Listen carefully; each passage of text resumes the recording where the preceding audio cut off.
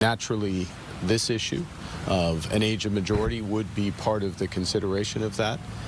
But it is all of these issues are fundamental issues, and they need to have open consideration, and the parliamentary process is the right one in order to have that. So it's something that our caucus is carefully studying right now, and as we get the proper information, we'll be taking the right position. I'm sorry we don't have a direct answer right now, but we're trying to study to get the right answer.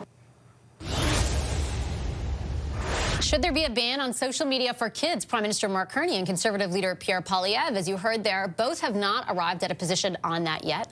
Australia became the first country to do so in December. Other countries considering following suit include France, Greece, Indonesia, Spain, and the UK. So how far do the political considerations go on pushing back against big tech? Let's bring back our front bench to talk about that. Dan Moulton, Larissa Waller, George Soule, and Laura Stone.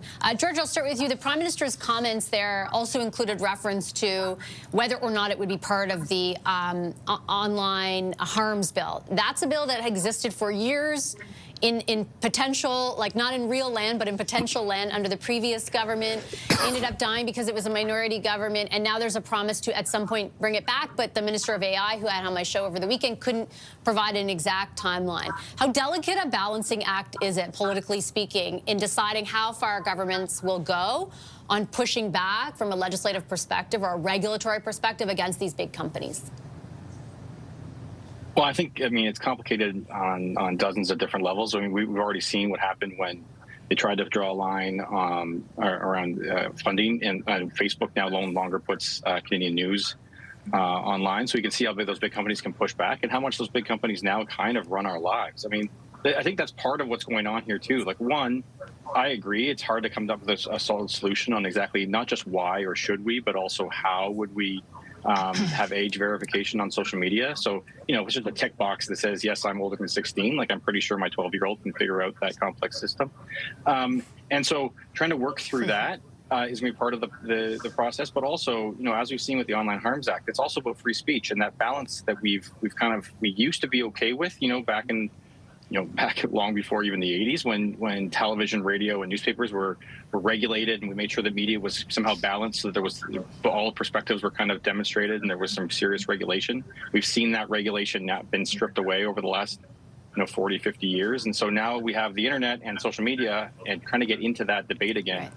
I don't think our politicians are ready for it. And you combine that with us being right next door to America at its best days, let alone when Trump's in charge, then none of this is going to be easy.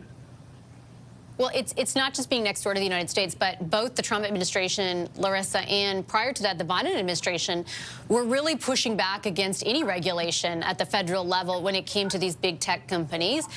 How much do you think that will weigh on considerations going forward? I don't think there's an easy answer. I think what we're looking for in layman's terms, are seatbelts, right? We need guardrails and seatbelts, and I think that it's fair to say that we can't prevent more tech and more AI and a more presence of social media in our lives, but we need some protections there. And I can fully appreciate that both the Prime Minister and Pierre Poilievre understand how complicated this is. I would love to say no more social media to my 13-year-old, and there's no more social media. But my 13-year-old and my 11-year-old will figure it out pretty quickly. They'll figure it out before I even know how to turn on or update my latest app, right? Kids are good at this. And I think that the government is at least realistic to how hard it is going to be to bring in these seatbelts and these guardrails. And so I'm actually okay with them taking their time and figuring this out. Where we get into a little bit of danger here, other countries are doing this faster than we are. Are they doing it correctly? I don't know. We're going to see, but there's pieces around AI and data sovereignty that if we don't get ahead of right now, we're going to be way too far behind. So I hope that we don't kind of put it all together, but we move forward on the things we can, and we do take our time on the things that are really, really complicated. Dan, what do you think about that? Well, look, I think there are political parties around the world who are seizing what they see as a political opportunity in introducing age verification for social media with parents, right? I think a lot of parents at an instinctual level will say, I like the idea, in theory, of limiting access for kids on social media. They don't like what they're seeing, they don't like how it impacts their kids' life, and they like the idea in theory, and political parties are saying, hey, let's seize that. We haven't had this debate in Canada, and I think other panelists are right to point out the fact that other countries are leading on this. Let's see how they do. I think the Prime Minister indicated as much in the example of Australia. We'll see how it goes in Australia, we'll see lessons learned, and we'll take a look at the issue. The question will be what political party in Canada seizes this topic first. And I think, we're seeing both in the clips that you played there, the Liberals and the Conservatives saying, we need to do more studying on this, we need to have more debate on this, we're not really sure whether or not we want to grab it.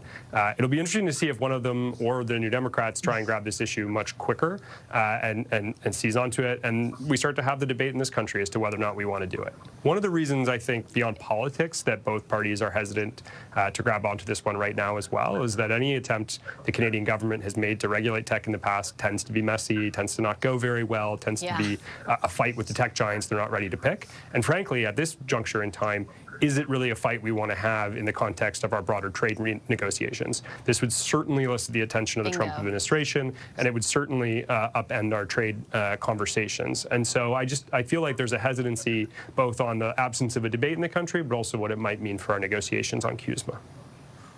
I have just a minute left. It all goes to you, Laura. I think Dan hits the nail on the head. Like, that is the prime political consideration, I think, how far to push back against something in the middle of this trade negotiation. Listen, I would like a social media ban on myself, but even I don't have that level of self-control.